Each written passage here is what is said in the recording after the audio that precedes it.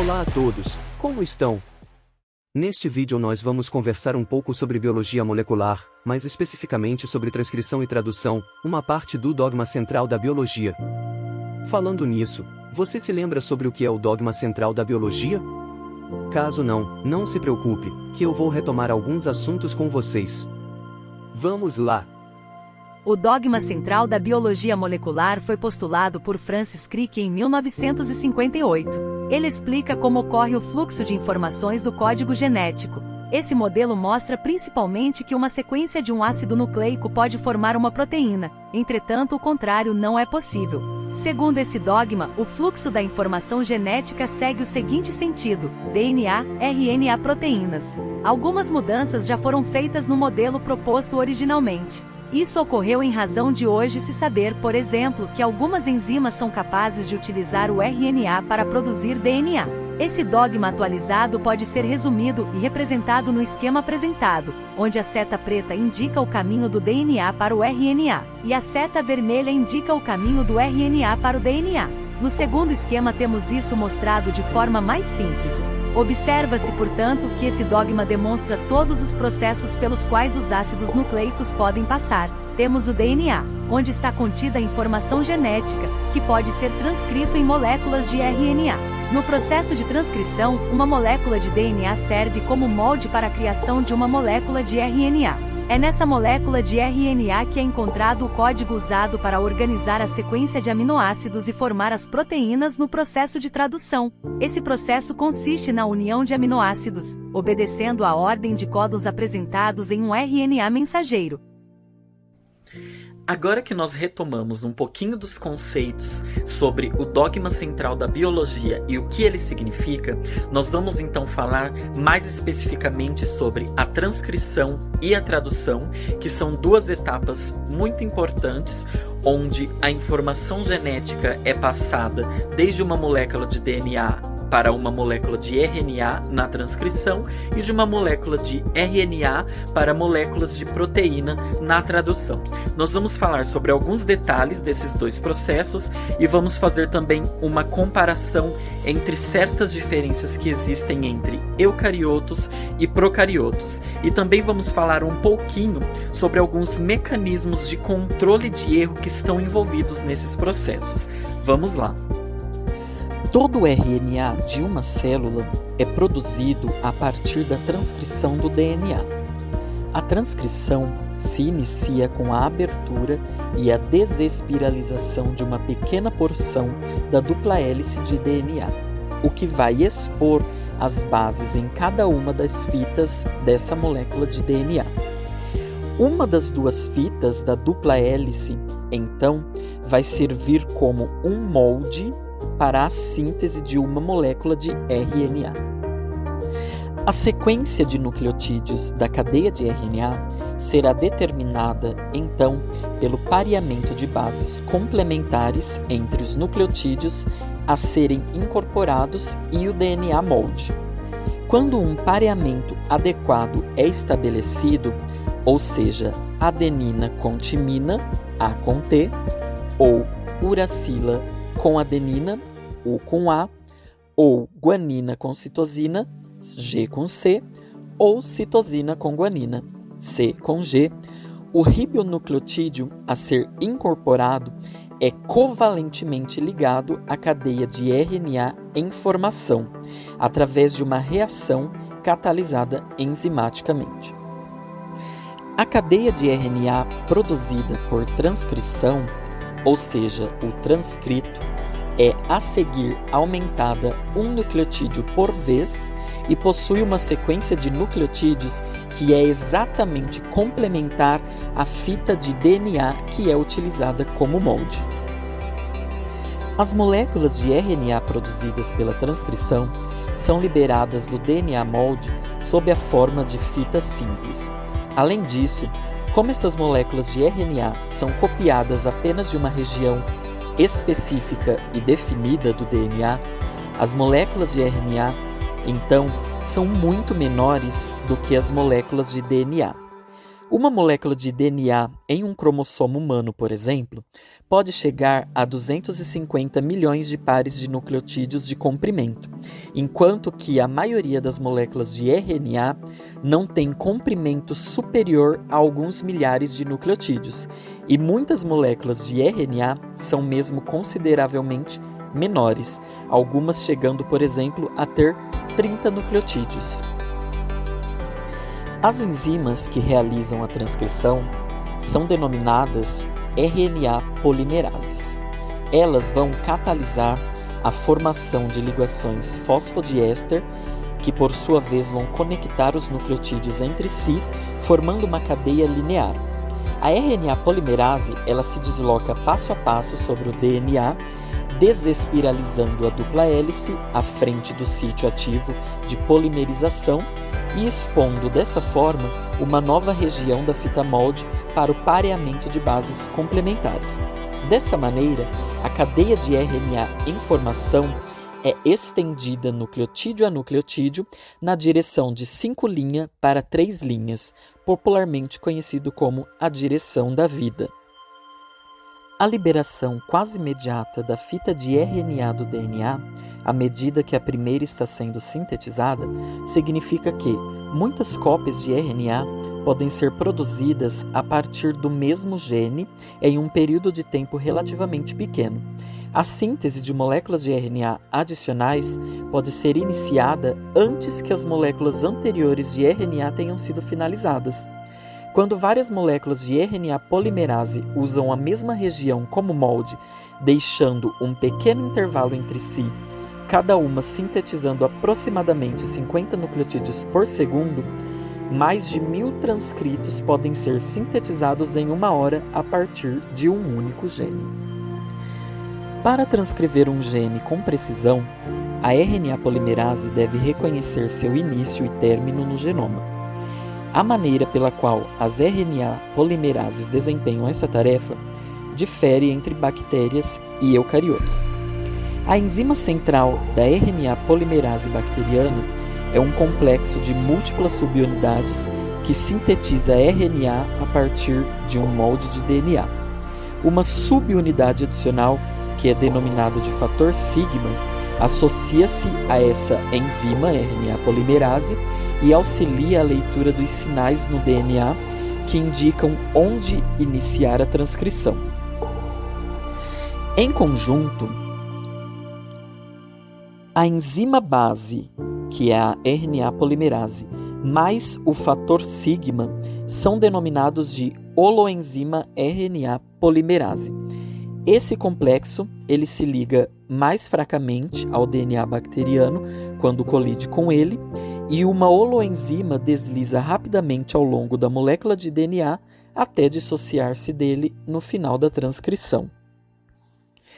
Já em procariotos, a iniciação da transcrição requer várias proteínas e, em contraste com as bactérias, que contêm um único tipo de RNA polimerase, os núcleos eucarióticos têm 3, a RNA polimerase 1, a RNA polimerase 2 e a RNA polimerase 3.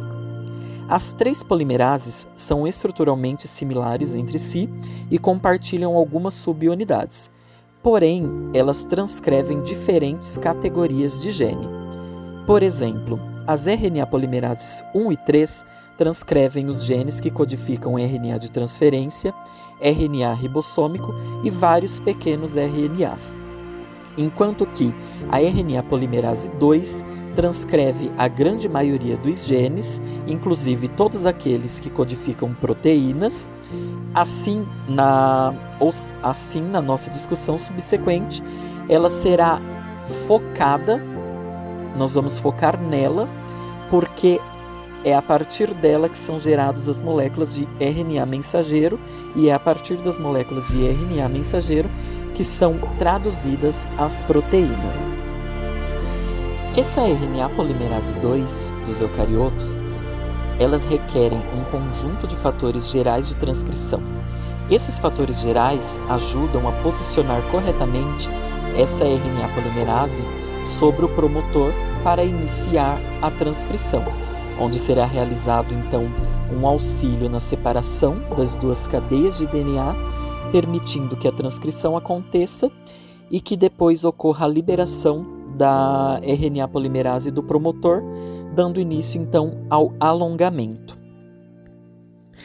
Algumas dessas proteínas que fazem parte desse conjunto de fatores gerais são as TF2A, TF2B, TF2C, TF2D e assim por diante.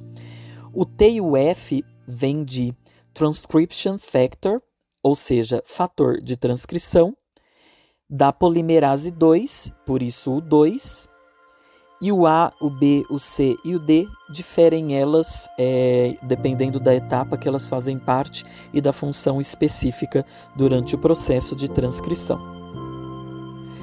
Durante a fase de extensão ou alongamento da transcrição, o RNA informação sofre 3 tipos de eventos de processamento, que vão tornar esse RNA mensageiro, por exemplo, num RNA mensageiro maduro para que ele possa ir para a etapa de tradução.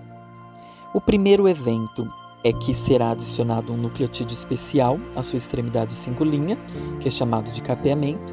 No segundo evento, os introns, que são regiões não codificantes, serão removidos da molécula de RNA, o que é chamado de splicing, e isso acontece em eucariotos. E no terceiro evento, a extremidade 3' do RNA será gerada por clivagem ou por poliadenilação. Todos esses 3 processos em eucariotos. Aqui podemos observar um resumo dos tipos de moléculas de RNA que podem ser produzidos e as funções de cada um deles. Por exemplo, os RNAs mensageiros, que codificam proteínas, os tRNAs, que são RNAs transportadores, que são elementos essenciais para a síntese proteica, atuando como adaptadores entre o RNA mensageiro e os aminoácidos.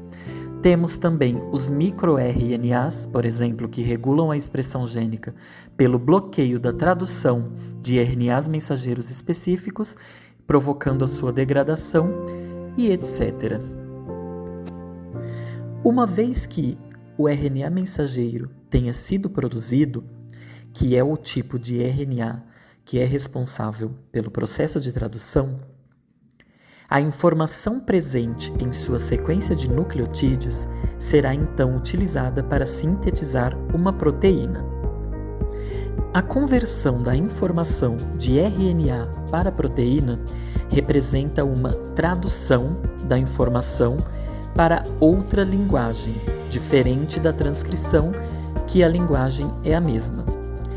Na tradução, ela utiliza símbolos que são bastante diferentes. Além disso, visto que existem somente 4 nucleotídeos diferentes no RNA mensageiro e 20 tipos distintos de aminoácidos em uma proteína, não se pode atribuir nessa tradução uma correspondência direta entre um nucleotídeo no RNA e um aminoácido na proteína. A sequência de nucleotídeos de um gene, por intermédio do RNA mensageiro, é traduzida na sequência de aminoácidos de uma proteína, aplicando-se as regras conhecidas como código genético. Esse código foi decifrado no início dos anos 1960. E os pesquisadores responsáveis por isso foram os bioquímicos Robert W. Hawley, Har Gobind Khorana e Marshall W. Nirenberg. Como o RNA é um polímero linear de 4 nucleotídeos diferentes, de tal forma que existem uma combinação de 4 por 4 por 4, são então possíveis 64 combinações desses 3 nucleotídeos. Cada uma dessas combinações podendo então gerar um aminoácido, como por exemplo a trinca AUG, que forma a metionina, a trinca GUA, que forma a valina, a trinca UUU, que forma a fenilalanina e assim por diante. Sendo que mais de uma combinação, mais de uma trinca, pode gerar o mesmo aminoácido. Essas trincas são chamadas de códon.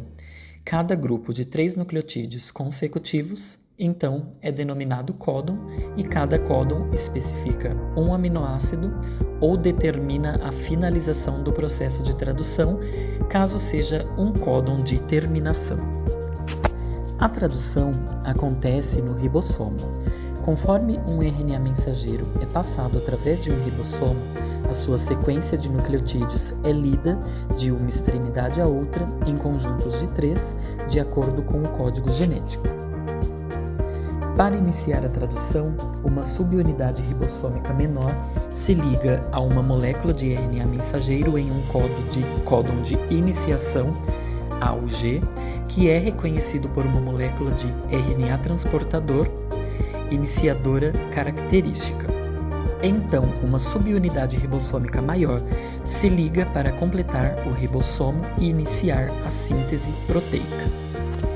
Durante essa fase, os aminoácidos tRNAs, cada um carregando um aminoácido específico, ligam-se sequencialmente ao códon apropriado do RNA mensageiro por meio de complementaridade de bases entre o anticódon do RNA transportador e os códons do RNA mensageiro. Cada aminoácido é adicionado à extremidade C-terminal do polipeptídeo em crescimento por 4 etapas sequenciais, que são elas: ligação do aminoácido tRNA, seguida da formação da ligação peptídica e de 2 etapas de translocação do ribossomo. A molécula de RNA mensageiro progride códon a códon ao longo do ribossomo na direção de 5' para 3' até alcançar um de 3 possíveis códons de terminação. Por fim, são geradas proteínas e vamos falar rapidamente sobre alguns tipos de proteína. As proteínas podem ser fibrosa, como vocês podem ver, ou proteínas globulares. Elas desempenham diversos papéis dentro das células, dentro de um organismo.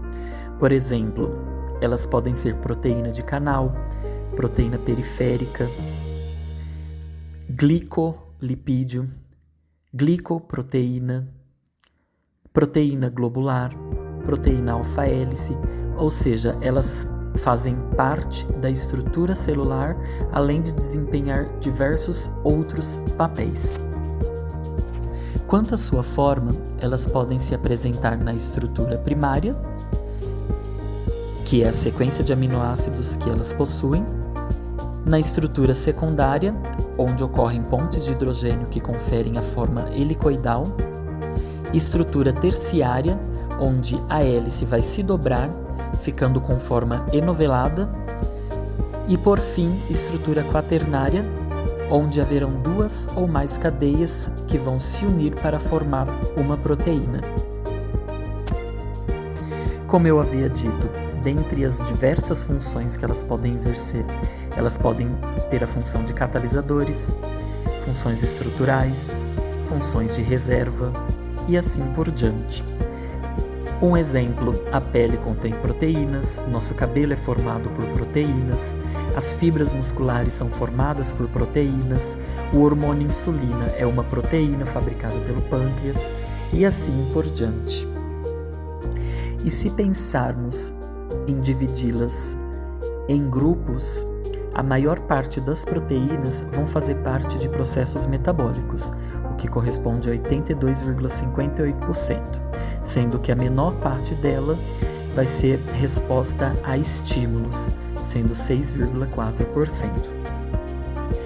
As imagens e a informação que nós utilizamos para construir essa aula e trazer essas informações para vocês foram retiradas do livro Biologia Molecular da Célula. Esse livro tem uma linguagem bastante acessível, então eu recomendo que vocês tenham acesso e utilizem ele para estudar esse assunto. É esse livro que aparece aqui para vocês. E obrigado pela atenção de todos. Se vocês tiverem dúvidas, perguntas, podem mandar um e-mail para mim, esse e-mail que vai aparecer agora no final do vídeo.